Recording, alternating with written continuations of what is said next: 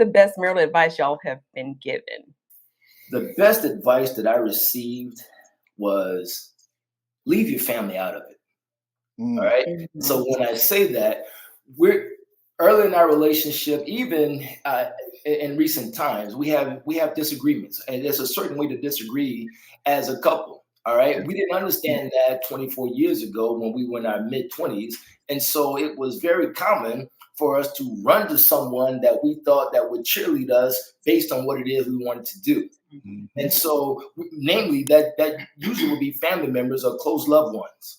Yeah. And so to make it even worse, it could be single family members, and single friends that we're looking to confide in as far as, am I making any sense when it comes to my approach to this particular topic in marriage? But we're asking a single person or someone who's already disgruntled in their relationship, and we're trying to get advice from them because we think that they're going to more than likely side with us.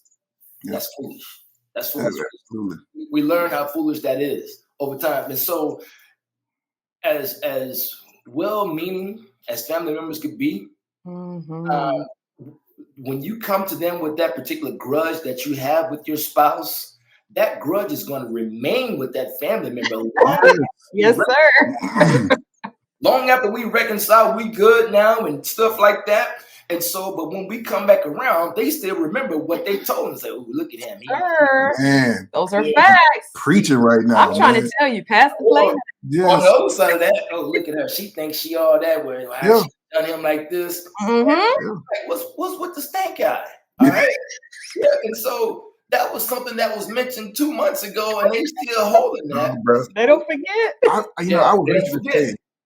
would say that probably 70% of our couples that come in for coaching, that's a problem. That's a problem. That is a problem. Going to outside parties, and then we kind of talked about a proxy war. That's how proxy wars are started. A proxy war is a war started by an uninterested party. Yep. So like America and Canada get into it, and then China jumps in and be like, "Yeah, y'all should punch them in the face, America." And that's what happens. That's what happens. Like a lot of in relationships, you got that girlfriend, you got that brother, you got that sister, you got that work husband. You got everybody's putting input into your marriage, and you don't realize that you're eating that up, and then you're projecting it onto your spouse. Yep. And that's a huge thing. It's a huge problem. You got to be careful who you confide in. You really do. That is so true. Like, because you start hearing stuff. You don't need to take that from him, girl, and all this. Son, you know who you used to be, how you used to get down. All that stuff.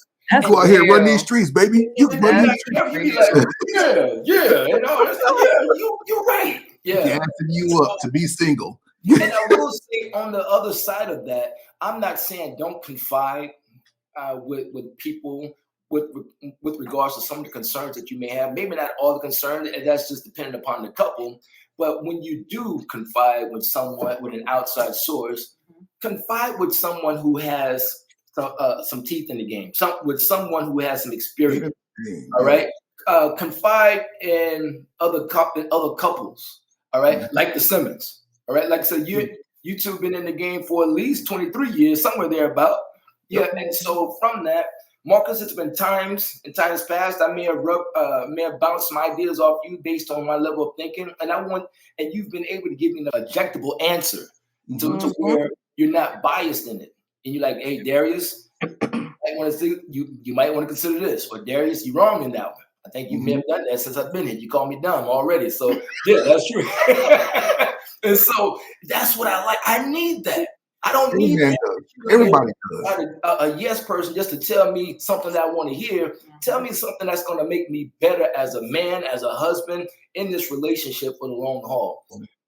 I'm not saying don't reach out to family and friends when it comes to certain things, but you just got to be careful. There's an element of discernment that you need to consider doing so. Well said. Felicia, so from the female standpoint, because as we all know, women are the more emotional of the two sexes. How would you advise a young lady who is having trouble in her marriage and she wants to reach out to somebody, but she doesn't know who to reach out to? How would you advise her?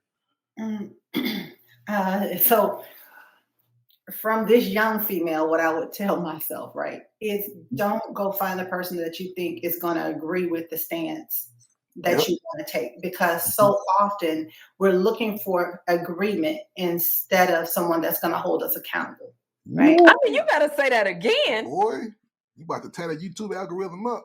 Keep going, sister. Keep going. So we don't need agreement. We need accountability. And Mhm. it's like he was saying, he comes to you because he knows you're going to keep him accountable, right? Same thing for us. We want someone who's going to soothe that flesh when we should be needing someone who's going to mature our spirit. Yep. Well said. That I is love absolutely that. beautiful. Wow, They're that was gonna powerful. leave that there. I mean, with that, that's enough said. Well, y'all have been on fire so far. So here's the next question. What is the one defining moment that solidified you both as a couple?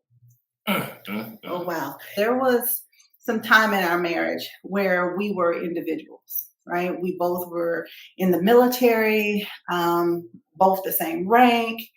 And so I was, like you said, coming from a strong background. It was, I don't need a man, right? I want a man, but I don't need one. And so his money was his money and my money was my money. And we had a collective account that we put in to spend bills and, whatever. But I didn't know how to come together at that point. God bless her. And so for some time we were going through, for 6, 7, 8 years, we had this ignorance between us, right? Where we were roommates with the last name, right? Wow.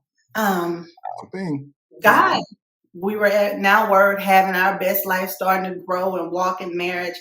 And God said, okay, it's time for you to get off the baby milk, right? And I'm gonna take you all the way to Alconbury.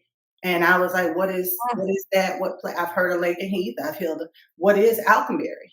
So along with that, I had just been offered a job to teach, and I'm like, what is happening right now? I don't want to go. That's my independence. So God completely stripped me of, I had just got out of the Air Force, active duty, was on reserves, didn't have any type of income, right? So he sent us over to England, and bills are insurmountable because we created them when we were both creating money. Darius came up with a plan, financial plan. He had been studying Dave Ramsey. We had gone through it right before we left. My man. Word, and he went and he sat and he came to me, and at this point morale wasn't high in the Kirsch household, right? It was raining, it was crying, it was snowing over there, and I'm just very sunny place with all my friends, and we're over here, and I don't know. So anyway, he came over and he said, hey babe, I need to present something to you. And he had this plan of how we could get out of debt. And he had it illustrated, and how long it was going to take and what we needed to do. And it was something in the way he presented it, and knowing it was coming off a Bible base for me, where I saw a man transform. And I felt under the leadership, I said, I'm going to trust him. And we walked into it, and then we paid off. We paid off $44,600 in 15 months. Wow. Man with a plan. Hey, that's leadership right there. That's a blessing. And so it took him coming to me with a plan that he had sought God about. And then I submitted to him, and God blessed the rest of it. Wow. I think that powerful. I got a quick. Go ahead, Darius. Go ahead. I'm sorry, Marcus. As I hear that story, I definitely remember it vividly. But in the midst of doing what I did, I didn't realize it was going to impact her in the way that it did. She said that that's where she really started to see me as a man at that point. And so I didn't really, it was unbeknownst to me how I was viewed prior to that. But I knew where we were from a financial standpoint, and I knew I wanted to get out of debt, because that was one of the things that was big for me that I grew up knowing. I credit my dad for letting me know the importance of being a good steward of your money. Mississippi man, God bless him, by the way. God bless his spirit. Yeah. You had to put it up. And so, yes, with that plan that came into play, I ended up reading that book from Dave Ramsey. And so from that, we had $44,600 worth of debt, and we found a way to knock out that debt by using our own money. It was a lot of sacrifice that came into play. Mhm. And I knew my wife wanted to see things and she deserved to see things, wanted to travel and deserved those things. But I was just asking if you're willing to just hear me on this and walk alongside me on this, do those things as far as travel and all that type stuff by executing this plan and by God's I grace. think you made a good point, and I want to. We gotta pause here and just say Yeah. congratulations and Absolutely. much respect and love to you guys, because we see the opposite almost every day. We see we see the ugly side of marriage, and as counselors and coaches, that's part of it. And so I just want to just give my sister her flowers, and Mhm. because I want to say this, a lot of these young men will say submit to me, but they won't give a woman anything to submit to. A lot of women will say I'll submit if.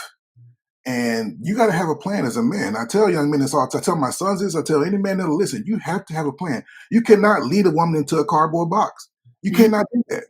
You have to have a plan. I'm sorry, the game is fixed. It is what it is. As a man, you have to have a plan. And I got married at 22 years old. You got married young, just like I did. I had to become. A man has to become. And I don't think that we give young men that levity. And us older men don't give those young men the game, because we're too busy in our own little world doing our things.